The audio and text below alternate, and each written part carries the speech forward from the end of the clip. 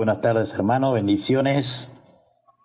Hoy seguimos con la segunda parte de Cualificados para ser líderes, parte 2. Primera Timoteo, capítulo 3, del 8 al 16.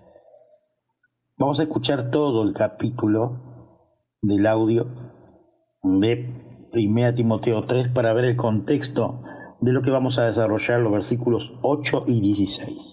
Para mí es un verdadero privilegio leer para ustedes la palabra de Dios. Lo estamos haciendo en el Nuevo Testamento. Si usted desea acompañarnos, le invito a que busquen el capítulo 3 de la primera carta de Pablo a Timoteo. Primera Timoteo, capítulo 3. Dice así la palabra de Dios. Primera Timoteo, capítulo 3. Palabra fiel. Si alguno anhela obispado, buena obra desea. Pero es necesario que el obispo sea irreprensible, marido de una sola mujer, sobrio, prudente, decoroso, hospedador, apto para enseñar, no dado al vino ni pendenciero, no codicioso de ganancias deshonestas, sino amable, apacible, no avaro, que gobierne bien su casa, que tenga a sus hijos en sujeción con toda honestidad. Pues el que no sabe gobernar su propia casa, ¿cómo cuidará de la iglesia de Dios? No un neófito, no sea que, envaneciéndose, caiga en la condenación del diablo. También es necesario que tenga buen testimonio de los de afuera, para que no caiga en descrédito y en lazo del diablo. Los diáconos asimismo deben ser honestos, sin doblez, no dados a mucho vino, no codiciosos de ganancias deshonestas, que guarden el misterio de la fe con limpia conciencia. Y estos también sean sometidos a prueba primero, y entonces ejerzan el diaconado si son irreprensibles. Las mujeres asimismo sean honestas, no calumniadoras, sino sobrias, fieles en todo. Los diáconos sean maridos de una sola mujer y que gobiernen bien sus hijos y sus casas. Porque los que ejerzan bien el diaconado ganan para sí un grado honroso y mucha confianza en la fe que es en Cristo Jesús. Esto te escribo, aunque tengo la esperanza de ir pronto a verte, para que si tardo sepas cómo debes conducirte en la casa de Dios, que es la iglesia del Dios viviente, columna y baluarte de la verdad. E indiscutiblemente grande es el misterio de la piedad.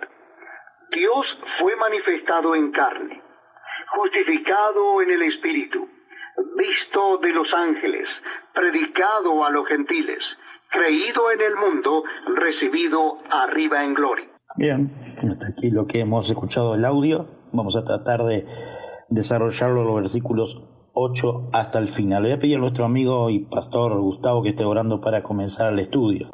Muy bien, amados hermanos, oremos al Señor. Padre Santo, gracias una vez más, Señor, por este privilegio de estudiar tu bendita palabra. Permítenos, Señor, a través de tu Santo Espíritu, Señor, absorber todo ese estudio y sobre todo ponerlo en práctica en nuestras vidas. Señor, bendice a tu siervo que traerá el estudio y a cada uno de nosotros que estamos presentes y a aquellos hermanos que hoy no pudieron estar, tu bendición también les alcance. Por los méritos de Cristo en la cruz. Amén. Amén, muchas gracias. Ahora, estudios bíblicos con el pastor Daniel Batista. Una vez más, bendiciones, bienvenidos al estudio bíblico, Primera de Timoteo 3, del 8 al final. Y leemos nuevamente los versículos 8 hasta el 13. Y dice: los diáconos asimismo deben ser honestos, sin doblez, no dado a mucho vino, no codicioso de ganancia deshonesta, que guarden misterio de la fe con limpia conciencia. Y estos también sean sometidos a prueba primero, y entonces ejercerán el diaconado, si son irreprensibles. Las mujeres asimismo sean honestas, no calumniadoras, sino sobrias, fieles en todo. Los diáconos sean marido de una sola mujer y que gobiernen bien sus hijos y su casa, porque los que ejerzan bien el diaconado ganan para sí un gran honor y mucha confianza en la fe que es en Cristo Jesús. La palabra diácono viene del griego diáconos, con la diferencia que lleva la K de kilo. Y podemos decir, en base de este texto que hemos leído, que la primera iglesia puso en prueba, y para eso quien quiera buscarlo ahí, Hechos 6, del 1 al 8, nos deja mucho más experiencia de lo que vemos en la realidad de estos textos que hemos leído, referente a la conducta de lo que nos expresa escrituralmente el apóstol Pablo en los versículos 8 al 13.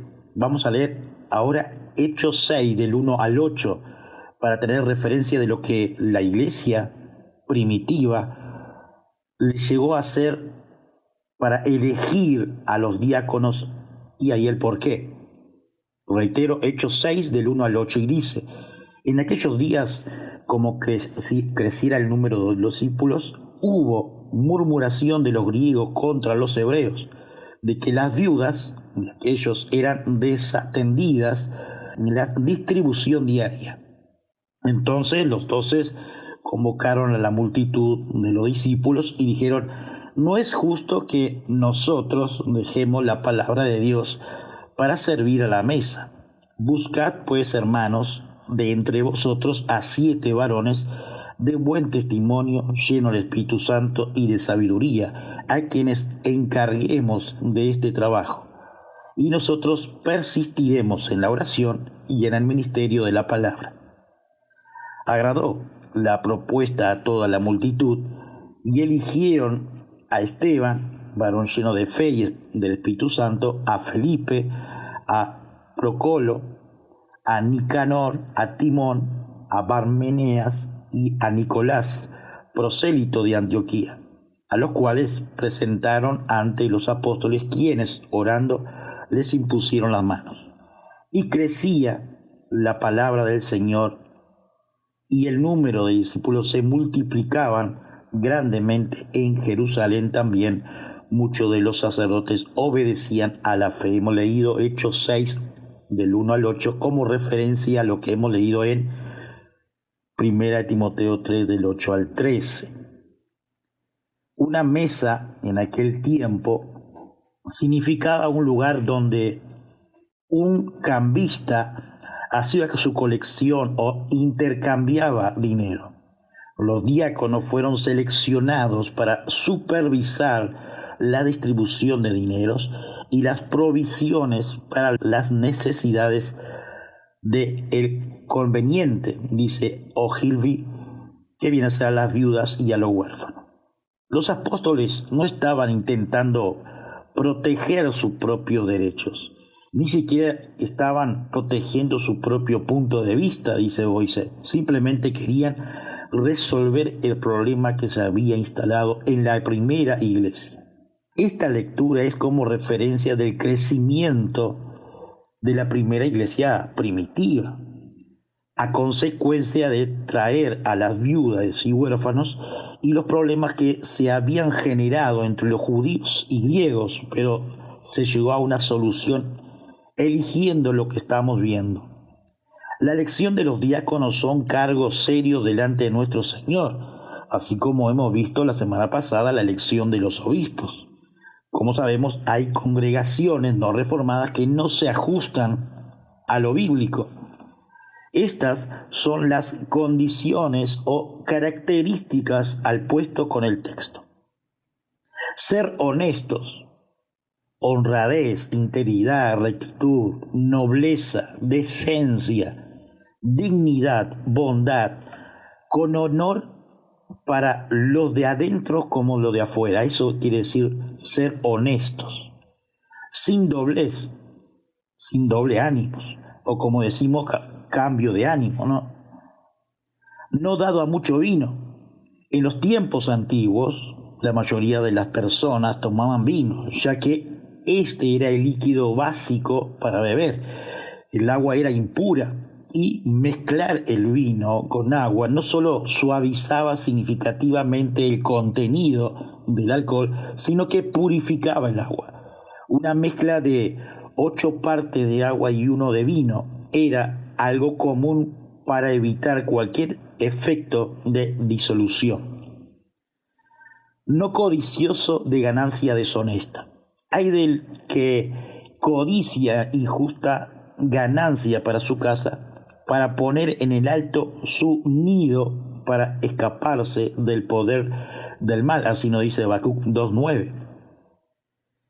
Que guarden el misterio de la fe con limpia conciencia, dice el verso 9. Vamos a ampliar un texto para más entendimiento del mismo. Por la hipocresía de mentirosos que, teniendo cauterizada la conciencia, así nos dice 1 Timoteo 4:2. Y en el verso 10 sigue la parte del desglosamiento de lo que estamos viendo. Y estos también sean sometidos a prueba primero. Dicen algunos comentaristas que en la época que se eligieron a los diáconos, ya existían personas que se dedicaban sin tener ese oficio. En nuestra actualidad, la evidencia habla por sí solo entre los hermanos a referencia de lo que es ocuparse de la mesa del Señor. Y esto no es precisamente en la cena del Señor, sino también en la atención de las viudas y huérfanos, donde hay actividades adyacentes para este fin en cada iglesia local. Y entonces ejerzan el diaconado. Así sigue el texto. Poner en práctica todo lo encomendado en estos textos que hemos visto. Si son irreprensibles, en el original la palabra irreprensible transmite la idea de sin culpa, sin falta, sin tacha, impecable, inocente o irreprochable. El verso 11, las mujeres asimismo sean honestas. Le recomiendo a nuestra hermana Febe, diaconisa de la iglesia de Cencrea, para que la reciba en el Señor de una manera digna de los santos y que la ayuden en cualquier asunto en que ella necesite de ustedes, porque ella también ha ayudado a muchos, aún a mí mismo, dice el apóstol Pablo en Romanos 16 del 1 al 2. En este texto quiero darle una explicación. Hay comentaristas que dicen que cuando se elige en el diaconado, según dice el comentarista, también se eligen a veces a la dama, o la mujer, la esposa, y muchas veces sirven en las mesas, no precisamente en la Santa Cena y en otras cosas. Pero hoy en realidad en las iglesias reformadas no son habituales. Pero hay muchas hermanas que trabajan sin ser diáconas y tienen servicios muy elementales dentro de la iglesia, tanto en los niños, en los jóvenes y en los adultos y en todos los quehaceres de la iglesia. Eso no quiere decir que el pastor no pueda lavar un baño, para hacer una semejanza, ¿no? Porque quizás nos venga a la memoria algo que no sea acorde. Seguimos con el texto. No calumniadoras. Hacer comentarios fuera de lugar o falsedades maliciosas, intentar dañar la reputación de un hombre o una dama, ensuciar el nombre de los hermanos. Sigue el texto, sino sobrias. Es una virtud que nos faculta para dar a las cosas su justo valor y gestionar adecuadamente nuestras apetencias o exceso de deseos.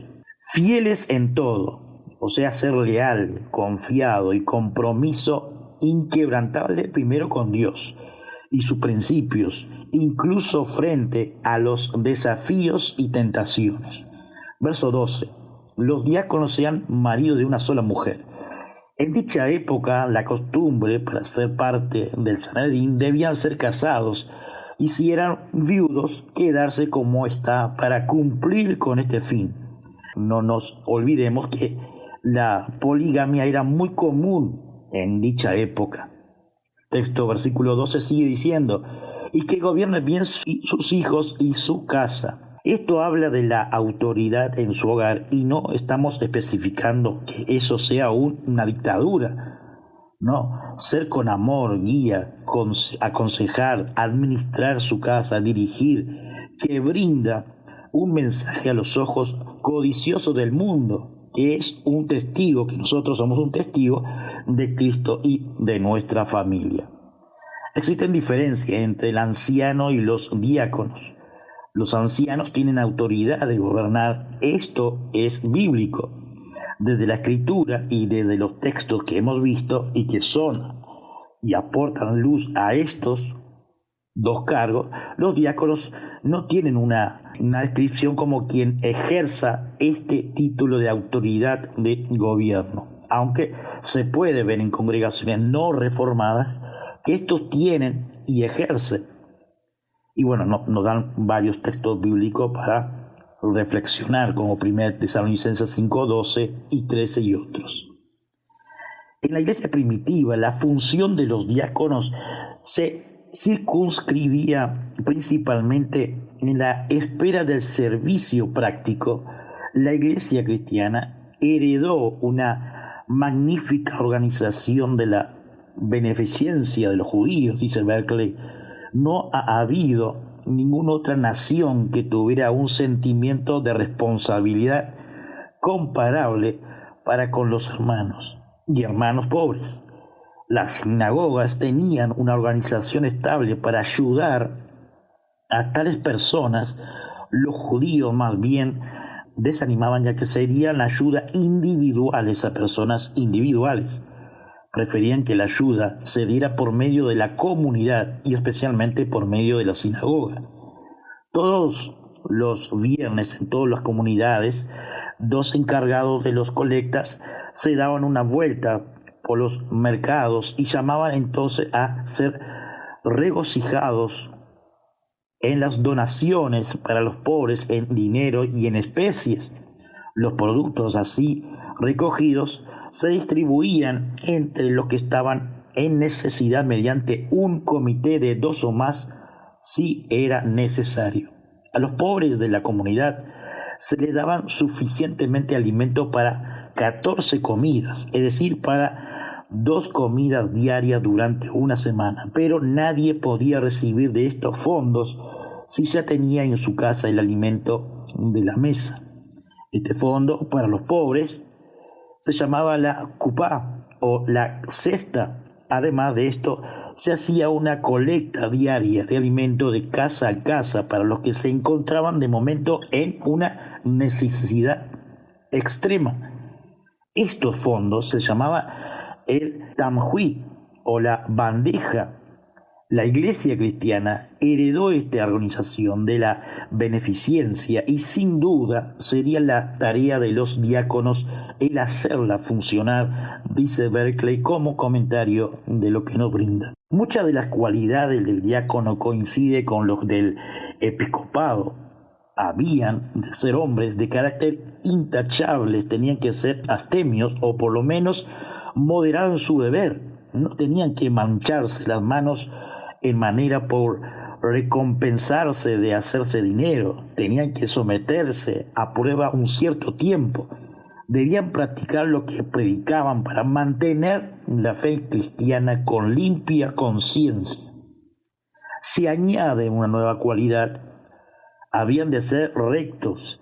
El original dice que no debían ser dílogos, o dílogos quiere decir hablar con 2 voces, diciéndole una cosa a uno y a otra. Un diácono que fuera corrientemente de casa en su trato con los que necesitaba ayuda. Tenía que ser recto. Una y otra vez tendría la tendencia de evitar problemas con un poco de hipocresía a tiempo de la palabra suave. Pero que hubiera de hacer el trabajo de la iglesia cristiana tenía que ser recto. Está claro que el que realiza su trabajo de diácono como es debido puede esperar que se le eleve el puesto de anciano y ganará tal posición en la fe que le permita mirar a todos a cara descubierta, según nos dice Berkeley en su comentario. Ahora vamos a la parte del el ministerio de la piedad, del verso 14 de Primera de Timoteo capítulo 3. Esto dice: esto te escribo, aunque tengo la esperanza de ir pronto a verte, dice el apóstol Pablo. Aquí tenemos una frase, la razón por la que escribió la epístola pastorales. Se escribieron para decir a las personas cómo debían de comportarse en la iglesia. La palabra para comportarse es anastrefech. Describe el conjunto de la vida y del carácter, pero describe especialmente a la persona de relación con los demás. Como se ha dicho, la palabra misma establece que el carácter personal de un miembro de la iglesia debe ser excelente, que su relación personal con otros debe manifestar una verdadera comunión o koinonía. Una congregación cristiana es un cuerpo de personas que son amigas de Dios y amigos entre sí, no enemigos. Pablo pasa a usar 4 palabras que describe 4 grandes funciones de la iglesia, nos dice Berkeley en su comentario. La iglesia, como primer lugar, es la casa, oikos en griego, de Dios. Lo primero y principal es que debemos ser una familia. En un informe escrito después de sus grandes victorias navales, Nelson la atribuía al hecho de que había tenido la dicha de mantener a una banda de hermanos. A menos de una iglesia sea una banda de hermanos, no es una verdadera iglesia. El amor de Dios solo puede existir donde existe el amor fraternal. Segundo, la iglesia es la asamblea, eclesia, del Dios viviente. La palabra iglesia del griego, que quiere decir literalmente una campaña de personas o asamblea que han sido convocados, no quiere decir que esas personas hayan sido seleccionadas o escogidas. En Atenas la eclesia era el cuerpo gobernante de la ciudad y su membresía consistía en que todos los ciudadanos se reunían en una asamblea. Pero muy naturalmente, en ninguna ocasión asistieron todos. Se proclamaban la llamada a asistencia a la asamblea de la ciudad, pero solamente algunos ciudadanos respondían asistiendo. La llamada de Dios se ha dirigido a todas las personas, pero solamente algunos lo han aceptado, y esos son la iglesia. No es que Dios haya sido seleccionado.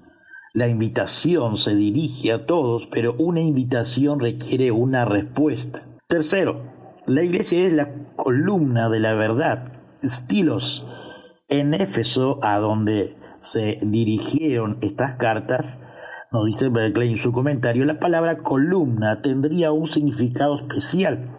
La más grande gloria de Éfeso era el templo de Diana o Artemisa. Grande es Diana de los Efesios, Hechos 19:28. Era una de las 7 maravillas del mundo. Una de sus excelencias era sus columnas. Tenían 127 columnas, cada una de las cuales habían sido el regalo de un rey. Todo era de mármol y algunos estaban adornados con joyas y recubierta de oro. Los de Éfeso sabían muy bien lo hermosa que podría ser una columna. Bien puede ser que la idea de la palabra columna no indique aquí tanto el apoyo. Eso está contenido en baluarte, como despliega Berkeley en su comentario. A menudo se colocaba la estatua de una persona famosa encima de una columna para que pudiera sobresalir por encima de todas las cosas ordinarias y verse claramente desde lejos.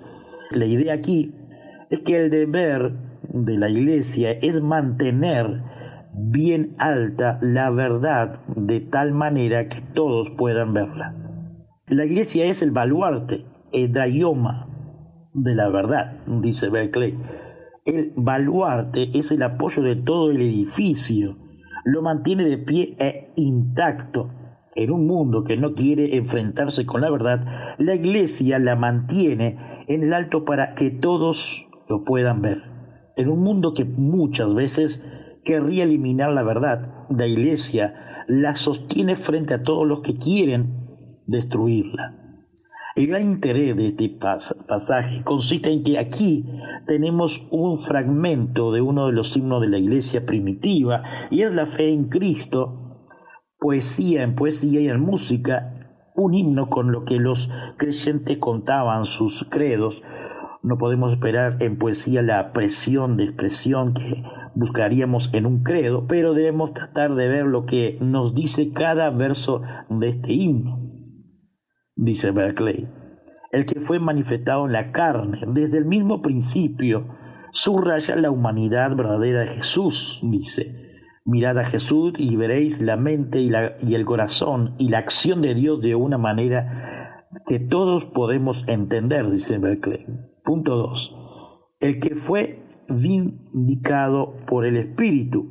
Este es un verso difícil. Hay tres cosas que pueden querer decir, dice Berkeley. Primero, puede querer decir que a lo largo de toda su vida que en la tierra, Jesús fue guardado del pecado por el poder del Espíritu Santo. El Espíritu, el que da dirección al ser humano.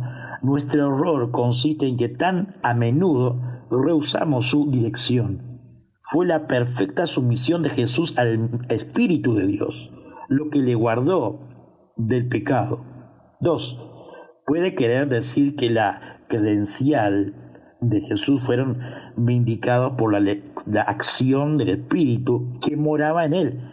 Cuando los escribas y los fariseos acusaron a Jesús de realizar curas por el poder del diablo, su respuesta fue: si yo he hecho a los demonios por el Espíritu de Dios, entonces es que el reino de Dios ha venido a vosotros. Mateo 12:28.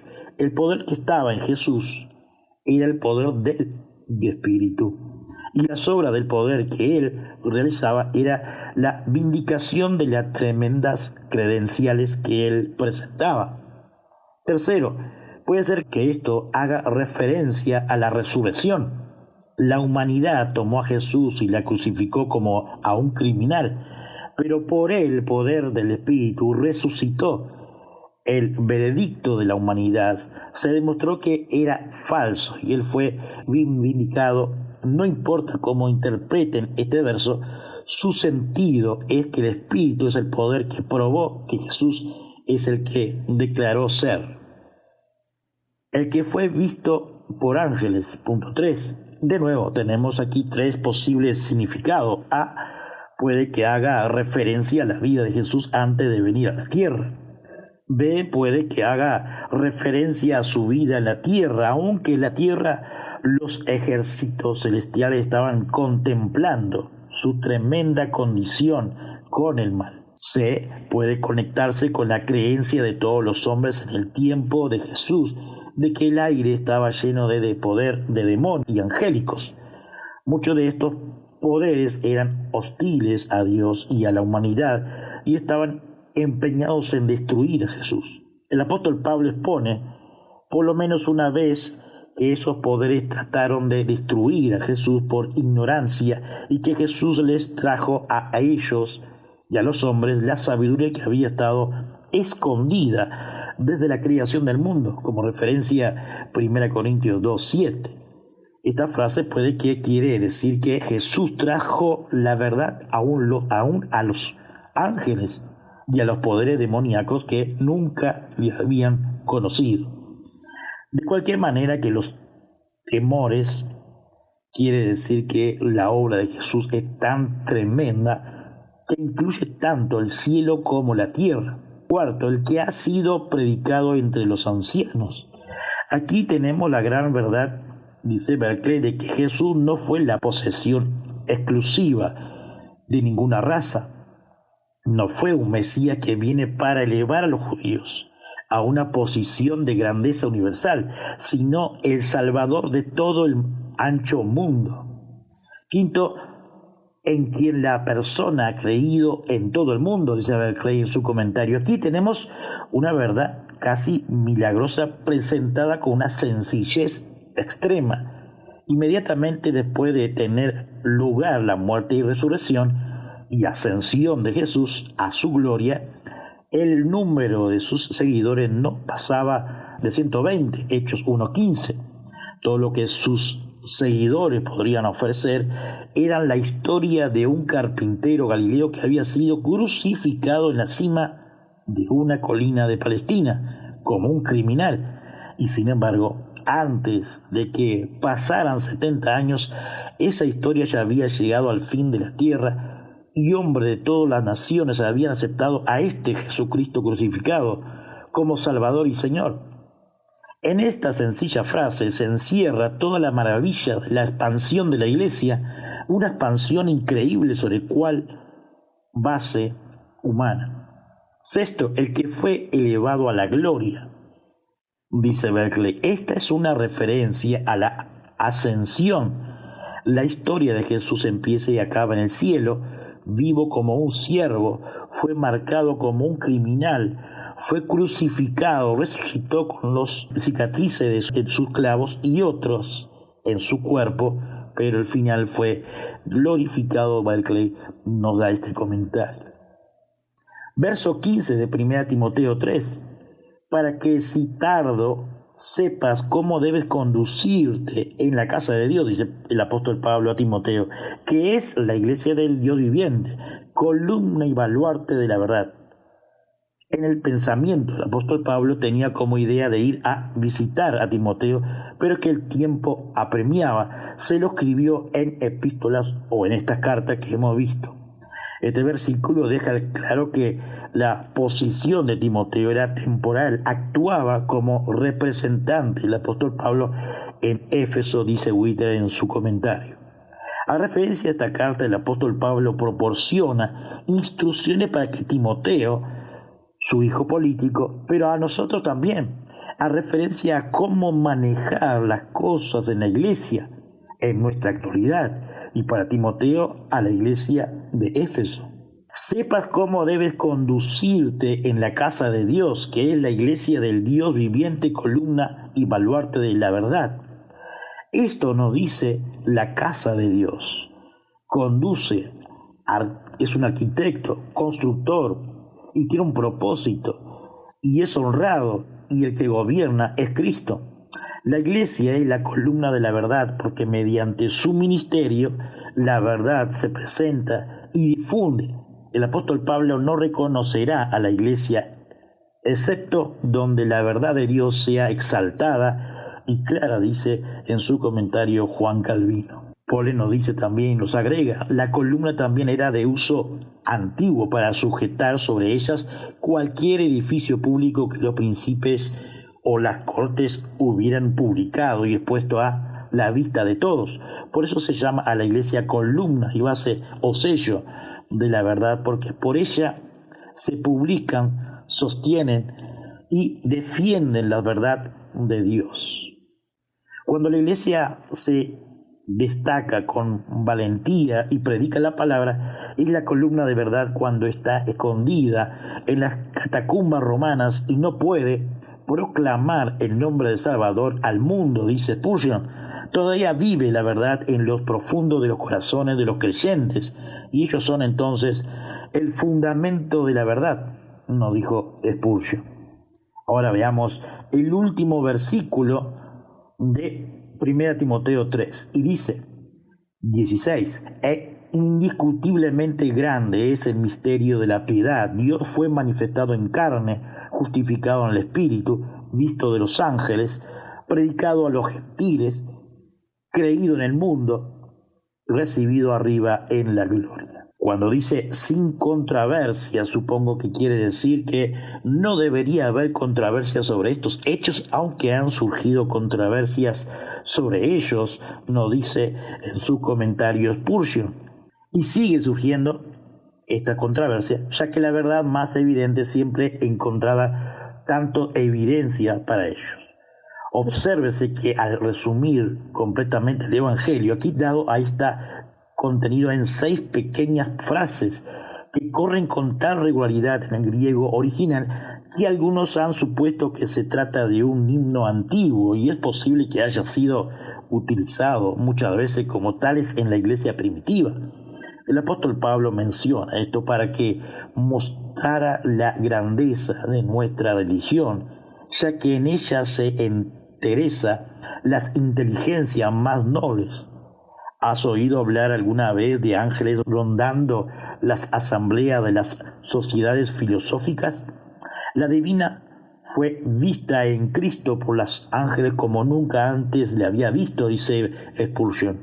Habían contemplado el atributo de la justicia, había visto el tributo del poder, habían marcado el atributo de la sabiduría y habían visto la prerrogativa de la soberanía, pero nunca los ángeles que habían visto amor, condescendiente, ternura y piedad en Dios al ver estas cosas resplandecientes en la persona y la vida de Cristo. La manera en que Dios crea la fe en los corazones de los hombres no es mediante imágenes, música o símbolos, sino mediante el oído de la palabra de Dios. Esto puede parecer algo extraño, y extraño que lo parezca, porque es un misterio, y un gran misterio, pero un hecho más allá de toda controversia, que la Iglesia mantenga para siempre que Cristo debe ser predicado a los gentiles. Fue muy recibido porque su obra está terminada. Nunca habrá llegado a su gloria si no hubiera terminado todo su trabajo. No habría aceptado ninguna recompensa si no se la hubiera ganado por completo, nos dice Spurgeon. El gran interés de este pasaje consiste en que aquí tenemos un fragmento de uno de los himnos de la iglesia primitiva. Es la fe en Cristo puesta en poesía y en música, un himno con el que los creyentes cantaban su credo. No podemos esperar en poesía la precisión de expresión que buscarían en un credo, pero debemos tratar de ver lo que nos dice cada verso de este himno. Primero, el que fue manifestado en la carne.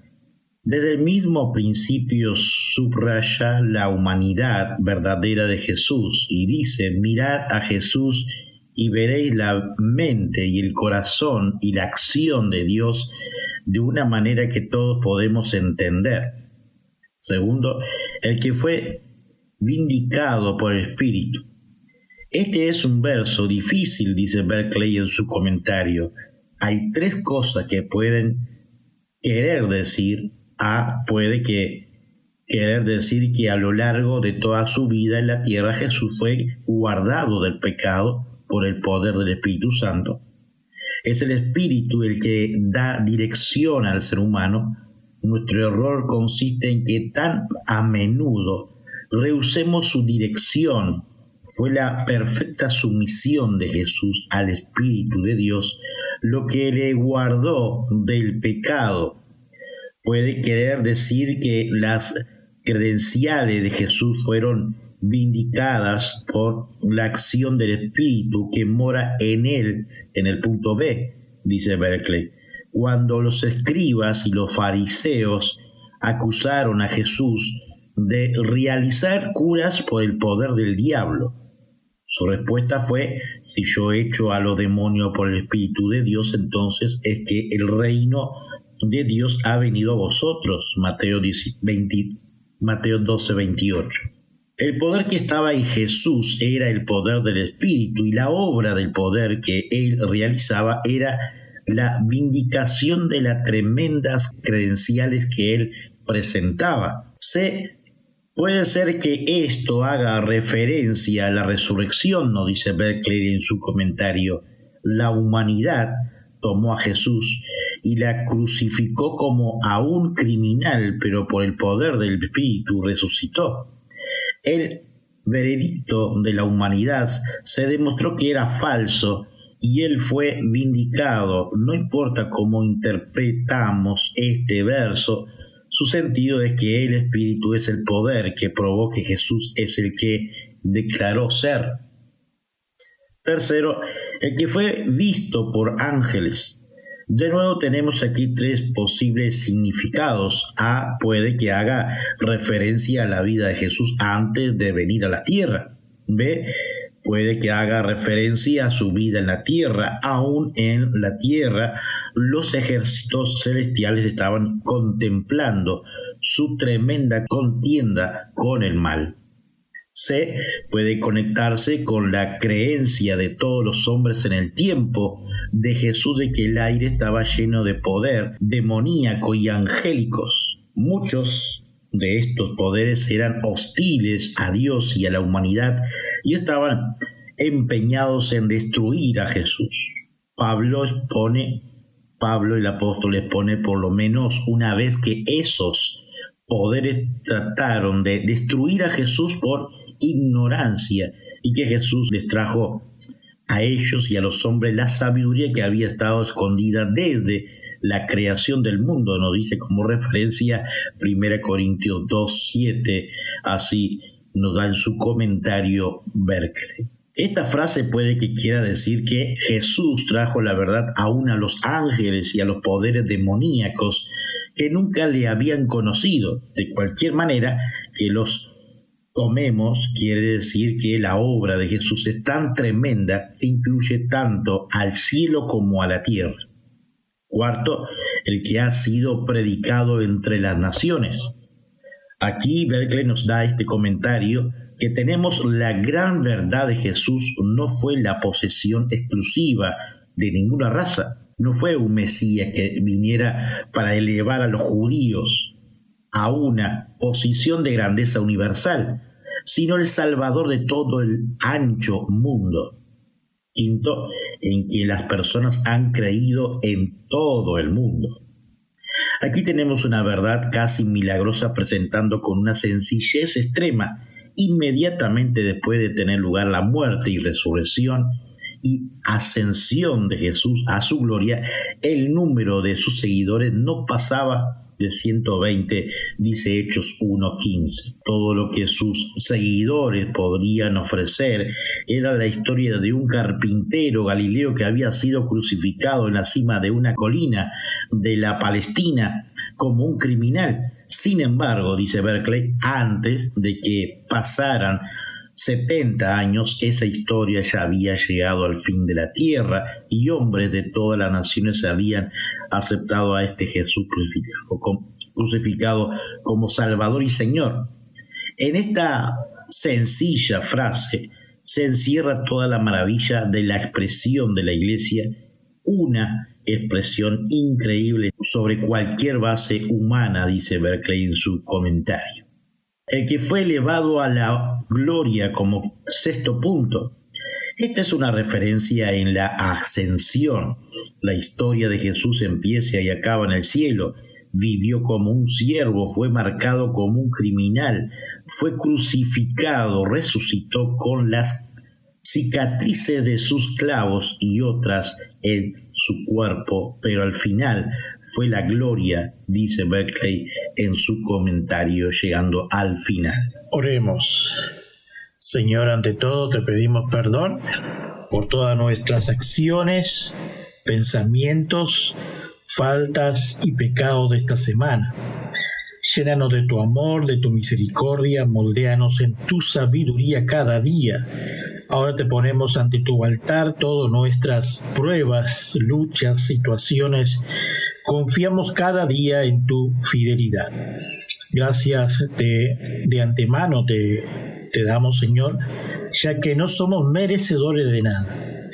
Por nuestros hermanos que están en esta sala virtual escuchando y que tenemos algunas peticiones como enfermedades o cualquier problema, por ellos clamamos y sabemos que dentro de tu misericordia y voluntad obrarás. Por nuestros conocidos te pedimos, por nuestro amigo Pastor Gustavo, su familia, congregación, sus líderes allí en Rivera, sus reuniones y los futuros proyectos. Te pedimos por el pastor Gustavo y Erika, su congregación en Toledo, Canelones, que provea de medios y recursos para su construcción de su iglesia y suplas de cada necesidad de los hermanos. Por los hermanos y amigos que nos escuchan por las redes sociales y nuestra emisora Radio Reformada. Cristo amado, por los hermanos que están pasando problemas emocionales, psicosomáticos, espirituales e inclusive económicos. Tú estés tomando el control y enseñando a cada uno por medio de tu escritura. Pedimos que provea de trabajo a quien los necesita, herramientas para los emprendedores y clientela, sabiduría para quienes están estudiando para su proyecto de vida, inteligencia para los futuros pastores, ancianos y diáconos de las congregaciones de sana doctrina que conocemos. Seguimos orando por los matrimonios, que seamos fieles en tu palabra, condúcenos por medio de tu escritura y capacítenos con tu Espíritu Santo para que instruyamos en lo moral y ético con sabiduría a nuestros hijos. Gracias, Padre bueno. Por cada familia pastoral de cada congregación que lleva tu sana doctrina en diferentes países del mundo y a todos aquellos que conocemos que son amigos en Uruguay.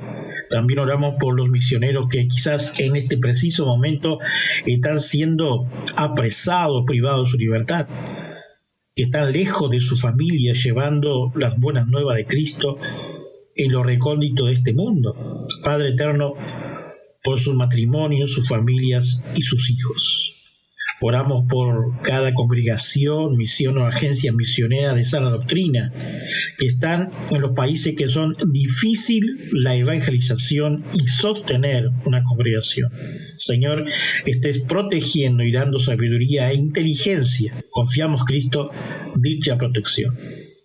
Te ponemos en tu presencia, Señor, a los gobiernos de cada país del mundo, presidente, vicepresidente, parlamento, senadores, diputados y ministros y entes autónomos. Padre, te pido sabiduría para cada uno de los nombrados.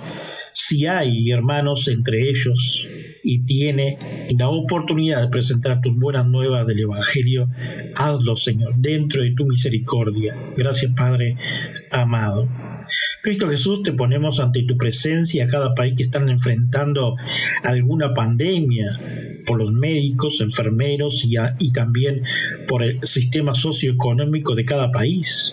También por los emigrantes de diferentes lugares de la tierra. Tú estés obrando y supliendo las necesidades a las congregaciones que auxilian a las familias emigrantes. Padre, te pedimos por los habitantes y los cristianos en que hay guerras y los países circundantes. Resguárdalos con tu gracia. Tu palabra habla y dice, nación contra nación. Ya nos advertiste, aunque clamamos por tu misericordia y beneplácito. Señor amado, gracias.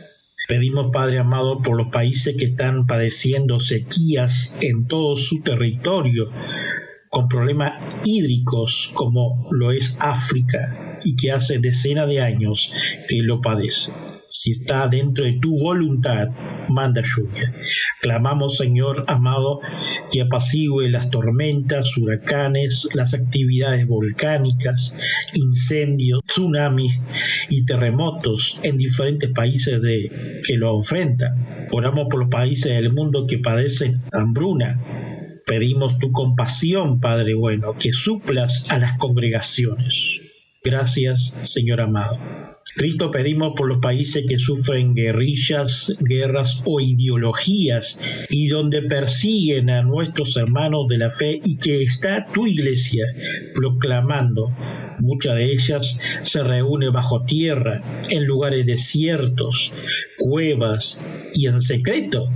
Señor, que tú estés cubriendo con tu mano y misericordia, auxiliando a las congregaciones de recursos para las viudas, a los huérfanos y a las familias en la miseria, sin hogar y falta de todo. Señor, clamamos para que tú suplas y sabemos que obrarás a favor. Padre, te pedimos también por nuestra congregación Iglesia Reformada del Uruguay. Clamamos por tu favor, Señor, por todas nuestras necesidades, por los estudios bíblicos de los viernes y las demás actividades que se realizan por el MED, que provea de medios económicos y que obre dentro de tu voluntad, soberanía y misericordia para solventar los recursos varios. Primero, en la evangelización en puntos estratégicos de Montevideo, y hacer misión en nuestro interior profundo en el futuro.